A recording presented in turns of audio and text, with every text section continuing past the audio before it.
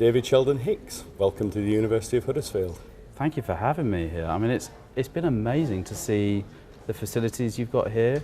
As I was saying to the students earlier, it's had this history of being such a great institution for design and creativity. I've always looked on in awe and aware of the design studios that have come out of the courses here, so it's a huge privilege to be talking to the students here.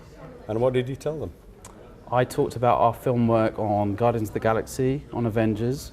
We do a lot of fantasy user interfaces, I think they're called, but we do the make-believe computer screen graphics, holograms, technology that's featured in a film that a director might want to use, such as Ridley Scott, in telling a story about what the future might be. And in terms of screen graphics, how does it work? What's the chicken and the egg? You'll get a director like Ridley Scott come to you and he'll say, right, well, I want an alien, and he's got to be, she's got to be sort of hanging from this or doing that or whatever. Yep. Then what do? Do you go away, do some designs, come back to him, he says, oh no? We work collaboratively with, so the director will give us an initial brief, and then he'll say, just go away and look at the script, look at the story, what am I trying to say there? I would love to understand your interpretation of that film. So you get quite a bit of input then? We get a lot of input. Too much freedom sometimes, it worries me.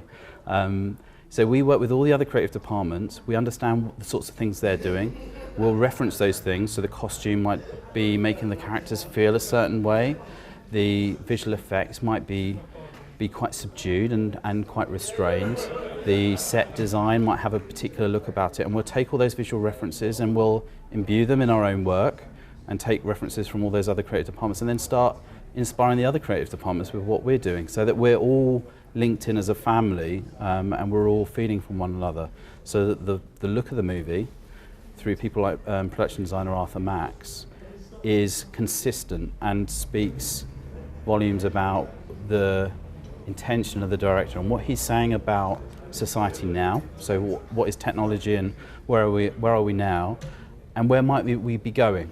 And that's always the fascinating point to me, is imagining where we might be going as a society 50, 100 years into the future.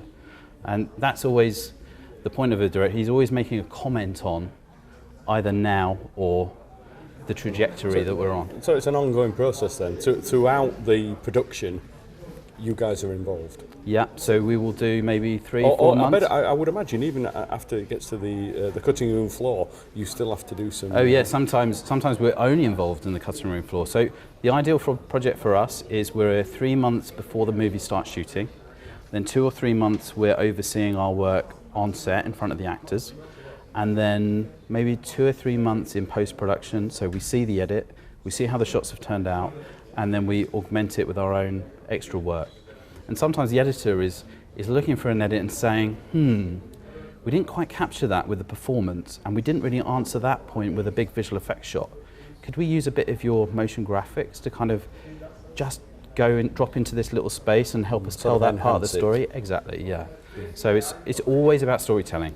We're always there to tell the story, say something about the space that the actors are inhibiting, and to aid the actors in performance. That's why we're there. And just to pick up on a comment you made a minute or two back, which is very interesting really, because you were on about thinking about the future, and I'm thinking about Back to the Future, which is just sort of the year and the date that they chose in that But we movie. have hoverboards now, apparently. There's hoverboards now. Yes. Not enough DeLoreans, maybe, but we have hoverboards, and we have... So how do you approach that? I mean, what do? You have to think, right, okay, 50 years from now, 100 years from now, what might they do? Is that all part of it? We do enjoy that exercise, but the reality is that's going to date. You think of all the movies that have tried to predict the future, and it's quite comical, some of the things that they predict, and sometimes they get it on the nose. You think about Minority Report, and now we have the Xbox Connect, and kids are waving their hands in front of the TV and it's there.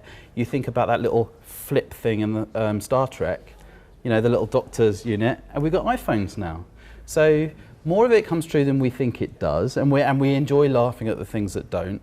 And I think there's nothing wrong with a movie dating. I think we look back on E.T. or we look back on Back to the Future, and we see that with an amount of statement around what the 80s were, rather than the reality of what we're going to be doing in our future, because if the future's easy to predict, then it kind of gets unexciting. But for us, it's all about what's happening in the now. Finally, Territory Studios. How do you stay ahead of the game, or at least with the game? Because technology, here today, gone tomorrow. Yeah. How do you stay up? I think it's important at Territory Studio, we always try and operate in the spaces that we shouldn't be in. So we will take motion graphics and we'll use it in areas that just weren't considered. And when that kind of juxtaposition takes place, when that kind of friction happens, you see new innovations coming through. That's really exciting to me. So we're playing around with virtual reality. We're designing the interior of an aeroplane at the moment. We are doing branding and all these crossovers that traditional design studios used to do, but have now gone towards a specialism, have meant that we all kind of end up going down the same paths. And for me, it's interesting to mix things up a little bit and see what new conversations come out of that. That's always really important to us. And I think looking at Huddersfield, they've kind of grabbed onto that. They understand the importance of mixing design and animation. Maybe it's coding, maybe it's music, and how do they cross over, and how do those cross inspirations kind of just bring new projects about?